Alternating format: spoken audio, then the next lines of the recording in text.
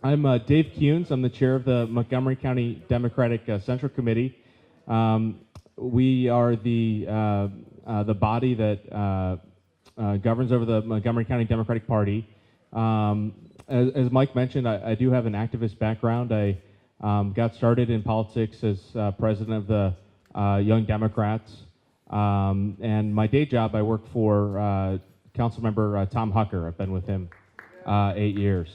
A few claps there, great. In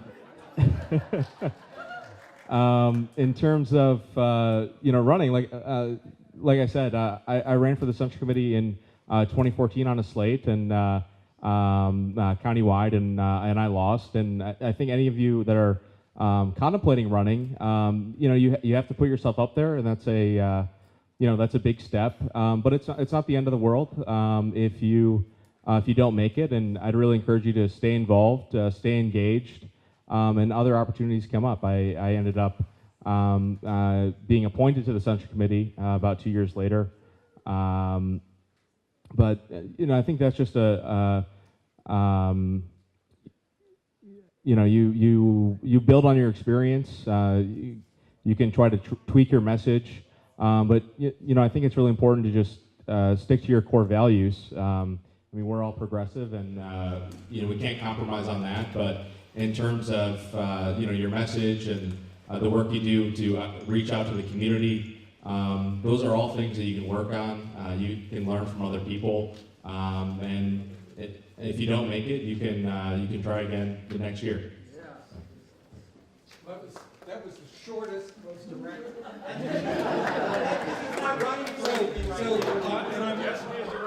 So I'm going to ask: Are there? Well, we could, but he's got to leave, and Marseille's got to leave.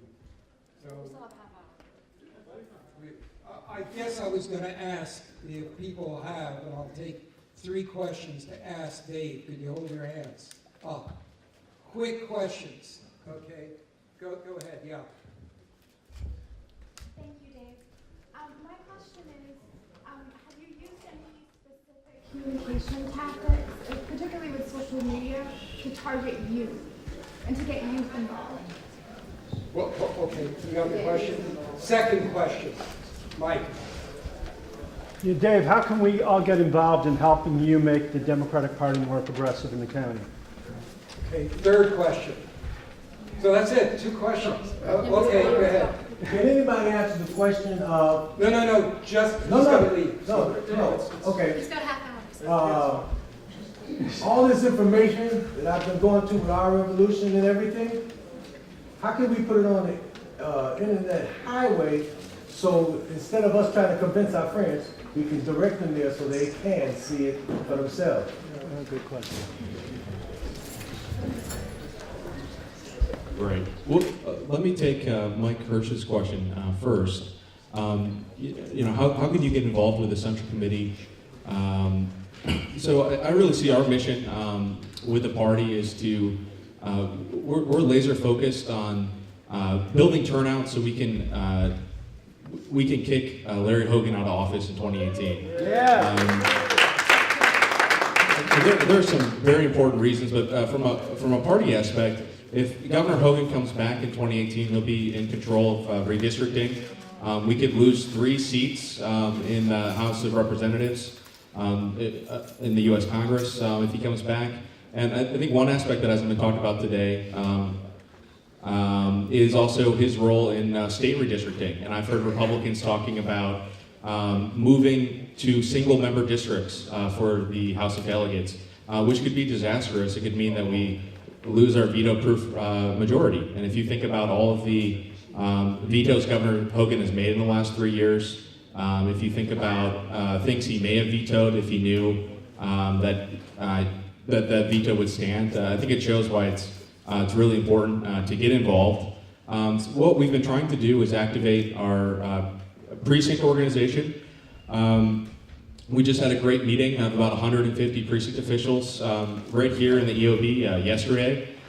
We really need to get out of this mind frame that the best way to campaign is to raise a lot of money and then hire some organizers and send them into a neighborhood that they're not from and they don't know the community. We really need to be empowering our precinct officials and everyday Democrats to take the Democratic message, door to door, house parties, real grassroots organizing that I think the party hasn't done in the last couple campaigns in the way that it should. In terms of getting involved, I'd encourage you to check out our website at mcdcc.org, and we have lots of different volunteer opportunities, and you can also apply to be a precinct official if you've kind of been around the block. And I think Jill had an answer for one of these other questions. I was just going to say, you may be running as a progressive and want to win as a progressive, but being a Democrat and a progressive are not necessarily the same thing. We have lots and lots of Democrats in this county, I'm very sorry to tell you, who really don't truly believe in equity. One of our people earlier said, was it Anna Sol was talking about changing boundaries. You try and change a school boundary, and people say, I paid this much for my house, so my kids could go to this school. And if you remember what I was talking to you about earlier, about how segregated our county, who was all here earlier for my first meal? Okay, so you know how segregated our schools are. You know how concentrated poverty is and wealth is in our county. You can use running for office as an opportunity to educate your fellow citizenry about the challenges of this county and the importance of making all of our decisions through an equity lens. So even if you don't win, you've moved the ball because you've educated people and you've held them accountable and you've called them out. So we have two people that, again, need to leave early. Do you want to introduce Marcy? Oh.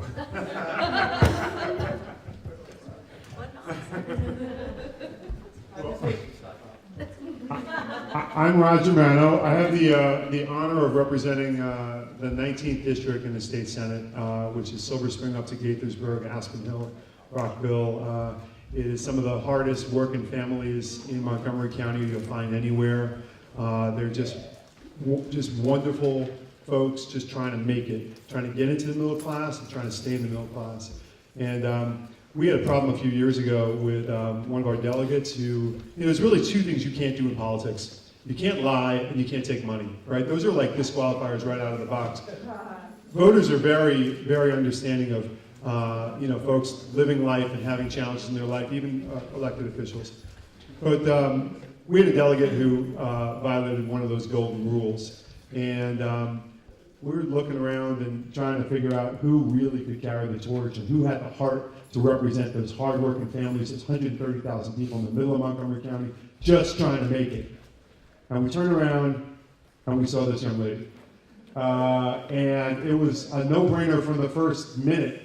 And she just went. And Morrissey knocked on doors. She lit up people's living rooms.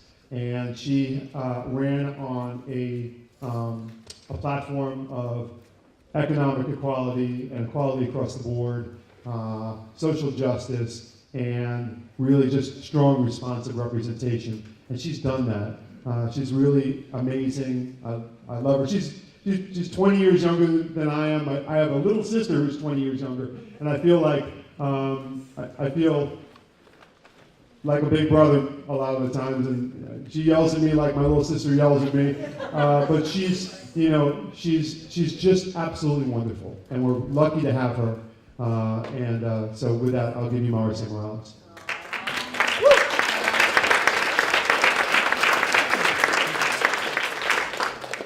Great words from my senator. Thanks, Raj.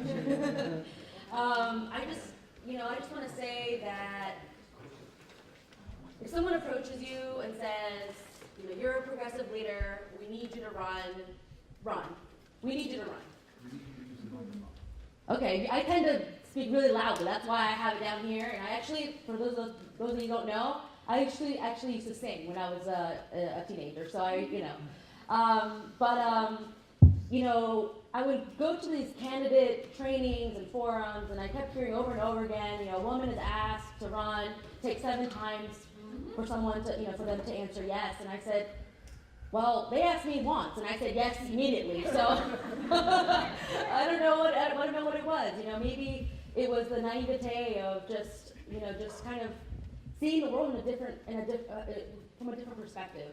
I do think that there is a generational divide in terms of how millennials see the world. I do feel privileged in that way that, you know, I didn't grow up with societal pressures of, you know, or religious pressures, although I was raised Catholic, you know, and learned, you know, to choose my own values. I'll leave it at that. And, you know, growing up in an immigrant home, proud daughter of a Peruvian immigrant family, you know, the sky was the limit for me. And I always knew that there was something that I felt when I was young, when I did speak English, that, you know, going through the public school system, I always felt like, you know, I owed it to that ESOL teacher, you know, to give back, because, you know, it's because of great, you know, strong public school system and a great education system that I was able to learn English that quickly. And so with that, you know, I went back, actually, when I was 12, I ended up moving to Peru. So I had to adapt to a different culture. I wasn't Peruvian enough in America, I wasn't American enough. And then, you know, when it came to really deciding what I wanted to do for a career, I told my parents I wanted to go back to the US, and I came back without my father's approval, and just waited tables, and, you know, it's just the different kind of obstacles that I was able to go through. And just growing up in the 90s as well, I think that we do all grow up with this idea thinking that if you work hard enough, if you play by the rules, that every family should do well. And the reality is that that's not the case for a lot of families. You have families working 70 hours a week, not being able to pay their mortgage. Not, you know, I went to a conference last summer, and I'm sorry. I just wanted to give you guys the reasons why I decided to run. I went to a conference last summer, or 2 summers ago, and somebody was talking about a survey that was given to high schools across the country. And the question that the high schoolers had to answer was, what does it mean to be rich in America today? And the 2 most popular answers were living in a house that was paid off and going on vacation with your family for a week. That just broke my heart. And, you know, if you share those values, I mean, we really need you to run, because like Jill said, just because you're a Democrat doesn't necessarily mean you're progressive. And, you know, when I ran, you know, like Senator Mano always said, you know, it's knowing the psychology of your district. And we voted, we knocked on the doors of what we call super voters, and the super voter profile is, you know, white, Jewish, 45 and older. And so I said, well, what am I going? And I said, psychology of your district, psychology of your county. Again, super voters, state and local elections, and, you know, the universe was less than 10% of the people that we represent. And so, and it really does have, education has nothing to do with it. I've spoken to physicians, I've spoken to attorneys that they don't realize that they have a state legislature. And so, you know, we have to bring back civic responsibility into our schools, and then also as state legislators, we have to be doing a better job of reaching out to our citizenry to make sure that people know that they have a legislature that can back them up, you know?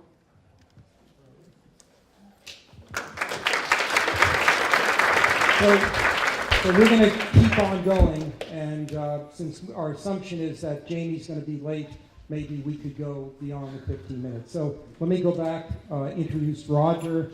So Roger, I've known Roger for a lot of years. I used to make the mistake, does anybody go to the Environmental Summit? So a few people. So I went there for several years, and 300-400 people come, and the entire leadership of the Democratic Party in the General Assembly comes out and lauds them, and then almost nothing gets passed. And so I was standing with Roger trying to figure out what was going on. And he said, Mike, this is absolute bullshit. I'm a farmer, so that's a commonplace term. So he said, this is a waste of everybody's time. And Roger does shoot from the hip in terms of his analysis, and that was typical Roger. And I'd like him to talk about what role a progressive senator could do, and if he wants to reveal anything to us about any future hopes, he's free to do so. That's bullshit, Mike. just okay. Well, I don't know where to start. So we're supposed to be talking about how do you get elected as a progressive, right? How do we elect more progressive? You know, we keep hearing that we need to elect more authentic candidates, and this is kind of like a mantra of a drumbeat, both the Republican Party, the Independent Party, or independent voters, and Democratic Party, and we keep not doing it. I got into politics because my family had like an American horror story, not having health care, and that thrust my mother and I into an American tragedy that is very familiar to many of you. My dad was a carpenter, didn't have health care. We walked into an emergency room Christmas Eve, clenching his chest. They sent him home. He died alone on a hardwood floor in a walk-up apartment in New York City. That thrust my mother and I into just every bad thing that can happen to a young family happened to us. Every bad thing that could happen to a little boy happened to me. That happened. I'm not proud of it, but it happened. And my life took a lot of twists and turns, but when I realized a little bit later in life that it was politics that determined why we got so screwed, right? Why some people would have had that experience, got patched back together, families come back together and just keep going on. That it was about money, and it was about power, and it was about the fact that we didn't have any of that. And that made me want to get into a law library and rip pages out of the U.S. Code and rewrite them. There's a law library in Concord, New Hampshire, with pages of the U.S. Code ripped out and my handwriting saying wrong on it. And I got the chance to do that. And I worked with Mike Hirsch in 2002 and 2003 and Joel Siegel in right outside Congressman Conyers' office to actually put forward a universal single-payer health care bill. And these guys built a national coalition to do that, that's still together right now. And we're going to do it. It's going to be a few years, 5 years. It's going to happen. And when I ran for office, I ran on that issue. And there were pollsters and groups who said you can't run on that issue, that transportation and gridlock is the #1 issue, and then it's public safety, and then it's da-da-da-da.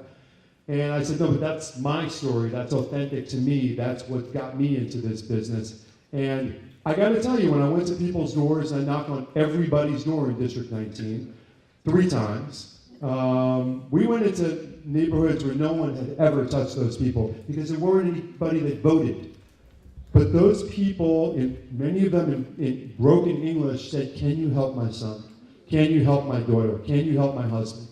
And adopted me, because they knew that I had had an experience that I was somehow able to convey, and it's not because it polled well, but because it was authentic to me. So in terms of electing progressives, we need to find people who are real, who actually get it, who have lived those struggles authentically, who have worked in the trenches, in the fields of social justice and civil rights, and that's how I got elected. And I imagine that everybody who's up here right now has one of those stories. Every one of you may not have my story, and I hope you don't, but you have something that makes you a progressive, something inside you that keeps you up at night, that when you close your eyes at night, you think about a group of people, a community who got screwed.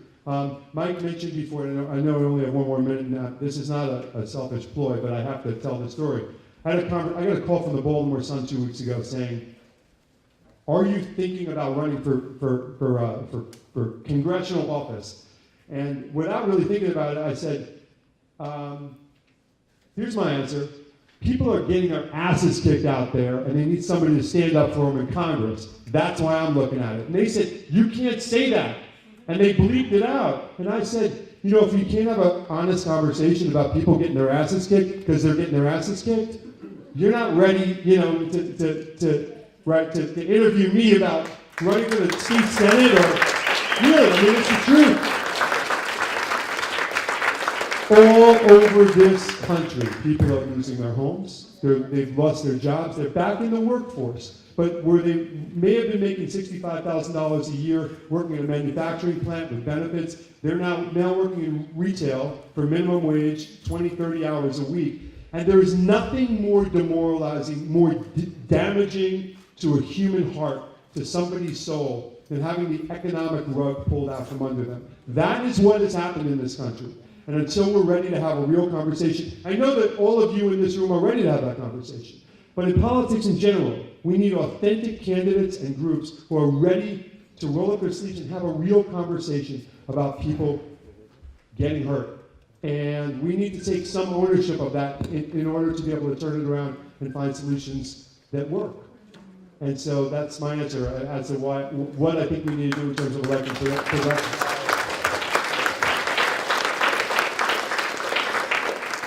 And to Roger's point, when I was running, I was actually told by a delegate in our Montgomery County delegation, here's my advice, I wouldn't spend time in this area of the county because those people don't turn out.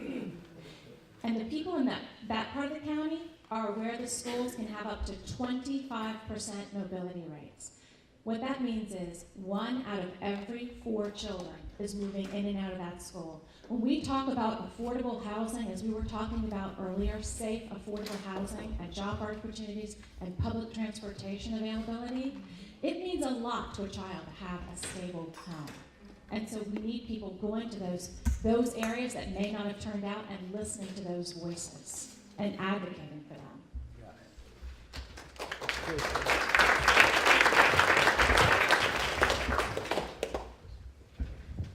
I'm good for Jimmy. Running for office. My political activity started like in 1961. I went to my first anti-war demonstration. Then I saw Dr. King at the monument, shortly thereafter. I was president of my political science club at Einstein High School, where we condemned the war in Vietnam as an act of U.S. aggression in 1967, which we were a little bit ahead of the curve on that.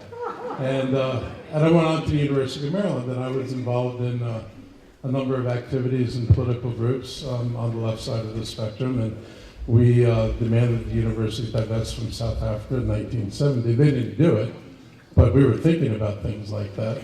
And we demanded that the bookstore at the University of Maryland that the campus actually take away sales from the College Park bookstore because they would not employ black students. They wouldn't employ black people, period. As would none of the apartments in College Park would not rent to black students. So I was involved in those kind of fights, and then I stopped school for a few years, went back later. I got involved in Tacoma Park, became very interested in local politics. And I think I told you guys earlier what actually triggered it for me was going to this co-op conference. I got elected to the city council in Tacoma Park in 1987, and I had been community organized, did a lot of work with tenant organization. So, to Matt's point, people have been working on these tenant issues, and tenants basically just get screwed in Montgomery County. It's flat out true. They have no rights. Jill talked about the housing. My folks actually went behind the inspectors and videotaped into the apartments and then brought the stuff to the housing director and said, you need to do something about this or the Post might be interested in it. And I was bluntly interested in trying to get the department to do what I thought was its job. I've always believed that, that though I am an elected official, I'm still an activist. And when people walk into my office, I usually tell them if I agree with what they're doing, I say, you don't need to lobby me on it. Let's talk about how we're going to make this happen. And I've done a lot of work, particularly around zoning issues in Bethesda and Littonsville and Westport, where the groups came in and said, we think we're going to get beat. And my perspective was, we may get beat, but I'm going to sit here and I'm going to work with you. And this is the campaign you run. You do yard signs, you get social media, you go into council members' offices. You tell them very bluntly what the political consequences of not supporting the community will be. And I find that people don't know a lot about organization, not necessarily comfortable organizing and pushing back. And so I try to be someone who counsels and helps people to see what they need to do is to push back. And I think that's what you need in candidates. You need candidates who aren't anxious to become politicians and elected officials. You need candidates who want to be the voice of the community. You want somebody who says, I can articulate this for you, I want to work for you, and even if I get elected, you are still going to be my first priority. I'm not worried about defending the government. I don't worry about defending the administration. I never served as president of the council. I could never wrap my head around having to defend council decisions that I was fundamentally opposed to.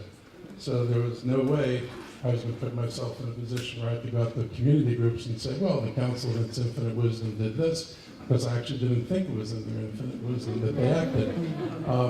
We have been, you know, it's kind of tragic in Montgomery County we're struggling to pass a $15 minimum wage. It is inexplicable that on a 9-member council, you can only get 5 votes for minimum wage, and the compromise is going to be how many people do I exclude from the minimum wage in order to get the 6th vote on the council. That's what we're talking about right now. It took me over 2 years to get my housing bill through committee. I had to whittle it down. I wanted to do, you know, no just cause eviction, which means you can't evict somebody unless you've got a cause to evict them. You just can't put somebody out because they called the housing department and said, you know, I've got problems in my unit, I can't get that.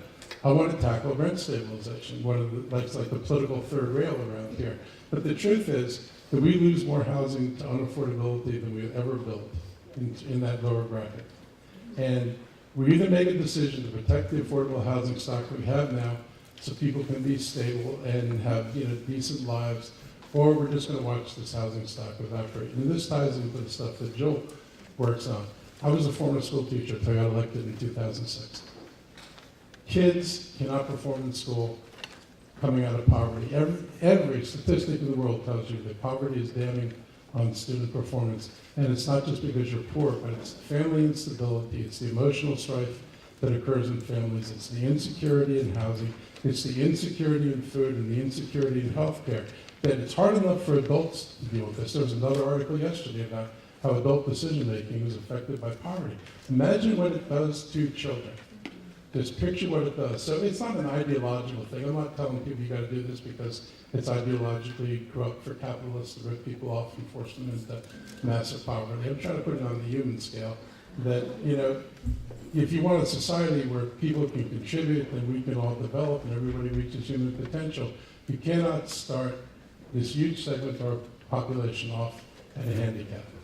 And so I would say what you want out of a politician, at least what I want out of a politician, if you don't fight these fights and you're not willing to talk this way, I am not even vaguely interested in you.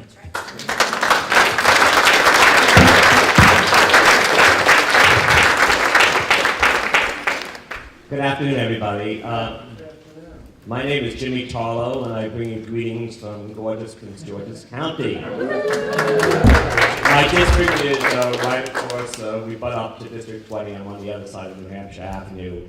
Marisay and I share that we're both freshmen or fresh women, but in the delegates, the first year, I'm one of the oldest, Marisay is one of the youngest, but we share that in common. First term, not First term, right. So I'm going to say I was invited to be here. I'm going to say something which I may not get invited again, but I actually think people should not run for political office. I think that's a mistake, okay? I believe, but seriously, I believe you have enough energy to run for political office. You have enough energy to help build organizations. I don't know if I saw Gustavo back there. Gustavo from CASA. If you have enough money, you have enough energy and willpower to raise $100,000. You have enough money and energy to give $100,000 to CASA, to PDA, to other organizations, so they can actually build forces and support to elect candidates. I mean, it's really critically important. When I was a young person, I actually wanted to get involved in politics. And what I found was my congressman, who was a very progressive guy, his constituents started moving to the right, and he started moving to the right. And if you stay true and you don't have organizational support to support candidates, you know, they're not going to stay true to their thing. And so I spent my whole life trying to build labor organizations. And for example, I see Gino back there. Now, as an individual from as an individual, I'm irrelevant. But when Gino mobilizes his members and when his members say, do this, people jump. Maybe not that high, but they jump. Each of us basically, so I would really think twice. I mean, I think people have to look in the mirror when they run for office, I hate to say this, and say, why are you running? Is it for your ego? Is it because you're great? Is it for reasons? Because if you really want to make change, you have to organize and have community people do that. Now, it may seem hypocritical, but here I am, a politician, got elected and saying you shouldn't run for office. Well, I come out of the labor movement. I basically was told, in our labor organization, that we should have people run for office. So I decided to run for office, at that time. But I think what I am is not as important as the organization trying to support that. And we see why did fracking get passed this year? Why did fracking not get passed 2 years ago, 3 years ago? Same people are here. Why? Because there was more pressure to get fracking passed. Why did sick days get passed this year, not 2 years? The same people were there. It's not like anybody got convinced, we want to pass sick days this year. It's because there was a lot of pressure and people knew they had to pass sick days this year. So my thing to you is really, before you think about running, think about the other organizations. You have a whole set of organizations later on, Progressive Neighbors, Our Revolution. Maybe spend your energy building those organizations. And those organizations should decide who can we have run. Now, if you decide to run, I think you have to have an avenue to win. We talk about running against this person, that person, who are bad. If you can't figure out how to run, how to win, I think you're wasting your time and energy. I don't know how many times I had a labor union member come to me and say, hey, I'm a labor union member, I should run for office. Well, if they don't have a way to win, forget it.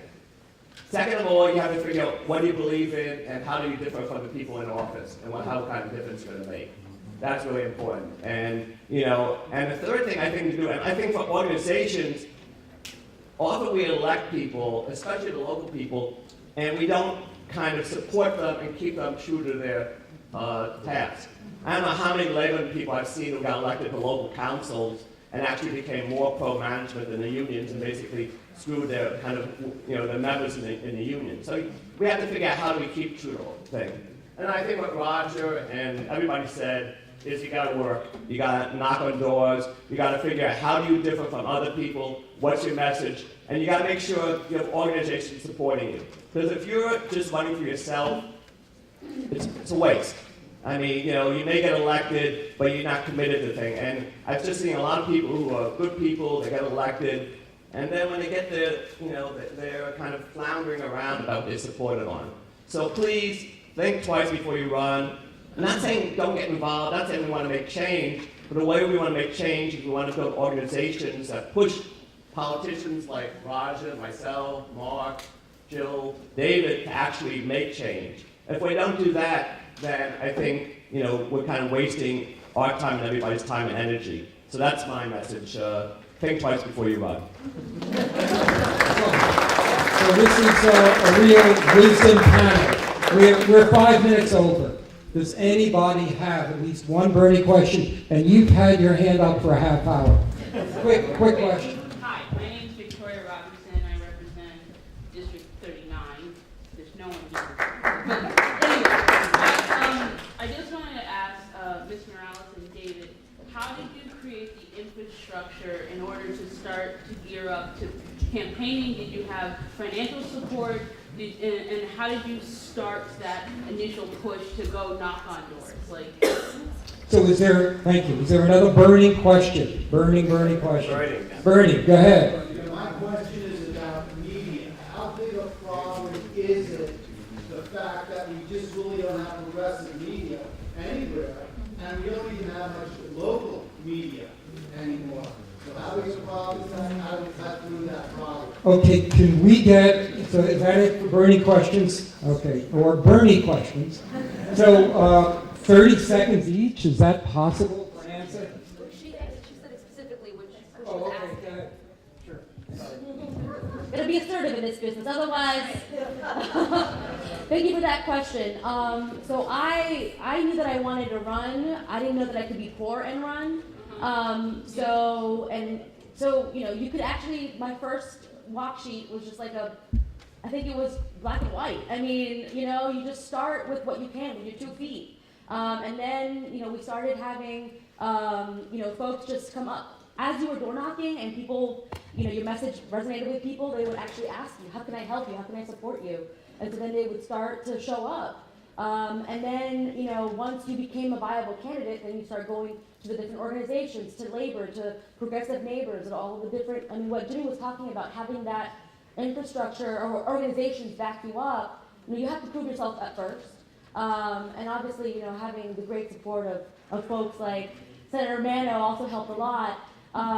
But it's believing in yourself, and I know it feels daunting, but I think starting early was also a good thing to have. You look at your universe, you know how many people you want to touch. So you look at that universe and you say, and you make monthly goals. I want to be able to knock on X amount of doors in these areas. So what do I need to do to get to that goal? So and some people, I prefer to have somebody drive me, so I would drive and then just jump out the car and literally run to each door, and then just 30 seconds at each door. And so that's how I just slowly but surely created my infrastructure. Well, to follow up on that, I agree with everything that Doug Morales said. Two things I'd add is start early and make a plan. Start your plan with Election Day and work your way backwards. Wellstone has some great resources. They have a rule of thumb. You may only be able to knock, they have an equation, you can knock 20 doors, an hour, and you may only talk to 5 people. So if you need to knock 10,000 doors to talk to, a fraction of those people, you really got to set aside that time so you can, and then you have to add in all the other things you need to do, like fundraising, so you can pay for a walk piece to take to the doors, the time you need to make phone calls when you're not knocking doors so people can join you, the data entry. I think start early, make a plan. So, and I'm going to say, sorry, but I completely disagree with you. We, women and people of color, are tremendously underrepresented at all levels of government. I don't care if you think you can win. I want you to run. I've had at least 6 or 7 people reach out to me who are considering running for office. Almost all but one are people of color, and majority of them are women. So I feel like something is broken open that I hope that we are willing to get behind these candidates, because we've got to get more voices that are more representational to the table at the decision making. And even if they don't win, like I say, they can use it for a platform and they can educate the people. And I think that absolutely needs to happen, especially because we don't have the media doing that job, especially for that reason. So, on the media question, there is no media, and it's a real problem. But there was a real problem when the media was there. When I ran, I realized I never got my name in the newspaper, even in a race. I ran 4 times for county council before I won. So that's a lot of losing to do to get to winning. But I discovered that I did not show up in any of the newspaper stories about county council races. And I was kind of shocked, and I realized this is the game. I had no money. When I lost in 2002, I think I was somewhere around $35,000. So they easily figured out, well, if the dude's got no money and he's not going to print but one piece, and we keep him out of the newspaper, no one's going to have a clue what he's talking about or thinking about. But I still did well enough that it inspired me to keep going. So I think in lieu of the media today, we got to create our own media. One thing I hope that comes out of all this is we get movement websites that move on to start providing information about candidates that you can then share through either your social media or email and say, hey, if you want to learn something about a race in Montgomery County, please go here and look at it, because you're going to get very little coverage from the Washington Post. The other place you all should watch is Bethesda Beat, which is the most lively, but most of the comments come from people who are much more conservative and pro-business. And so you need to look at the stories they're running, and if you've got an opinion, you need to jump in to try to weight this thing a little bit better, because it only reflects the business interests of some of the folks in Bethesda. So I think both are true, but I would have to say, kind of dealing with questions of diversity and getting more women, more minorities important. but people also have to believe in something, have to have a position, and there's just too many people who get there and, I'm in Prince George's, and there are more corporate African-American legislators there who are as bad as Republicans there, and that itself does not make the difference in organizations. I don't disagree with you that we should do that. The second thing in media, I think it really, now I feel bad for Roger and Mark. When you run for Congress and you run for county executive, you need, for us, just means mailings. I don't think local media has much of a thing for us. I think when you run for a bigger office, then the question of the lack of progressive media is a real problem. So, possibly out of this can come a combined list of endorsed by several progressive groups, people who are running and don't necessarily have that much money. So look, a full house this morning, full house this evening. Thank you very much. It's going to Daniel. Thank you, Pat.